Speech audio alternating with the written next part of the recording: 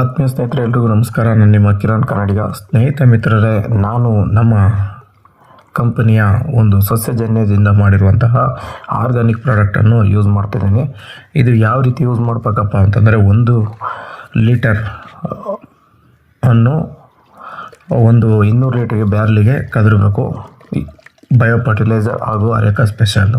ಇದು root care ಡೆವಲಪ್ಮೆಂಟಿಗೆ ಅನುಕೂಲ ಆಗುತ್ತೆ. ಎರಡನ್ನೂ ಕೂಡ ಮಿಶ್ರಣ ಮಾಡಿ, ಆ ಮಿಶ್ರಣದ ಜೊತೆಗೆ ಗಿಡಕ್ಕೆ ಎಷ್ಟು ಪ್ರಮಾಣದಲ್ಲಿ ಹಾಕಬೇಕು, ಎಷ್ಟು ನೀರು ಹಾಕಬೇಕು ನೋಡಿ.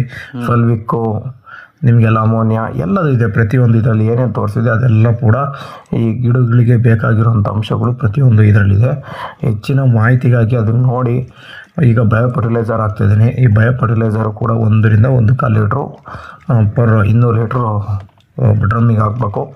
ಇದನ್ನು ಹಾಕ್ಬಿಟ್ಟು ಸುಮಾರು 2 ರಿಂದ 3 ನಿಮಿಷ ಅಲ್ಲಾಡಿಸ್ಬೇಕು, ನೀಟಾಗಿ ಕದರಬೇಕು. ಕದ್ರೆ ಆದಮೇಲೆ ನೆಕ್ಸ್ಟು ಗೊತ್ತಲ್ಲ, 5 ರಿಂದ 10 ನಿಮಿಷ ಬಿಟ್ಟು ಅದಾದಮೇಲೆ ಗಿಡಗಳಿಗೆ ಮಿಸ್ಟರ್ ಫಾರ್ಮರ್ ಕಂಪನಿದು, ನಮ್ಮ ಕಂಪನಿ ಹೆಮ್ಮೆ ಕಂಪ್ನಿ, ರೈತರಿಗೋಸ್ಕರ ಮಾಡಿರೋಂಥ. ಹೆಚ್ಚಿನ ಮಾಹಿತಿಗಾಗಿ ಸಂಪರ್ಕಿಸಿ ಕಿರಣ್ ಕನ್ನಡಿ. ಧನ್ಯವಾದ.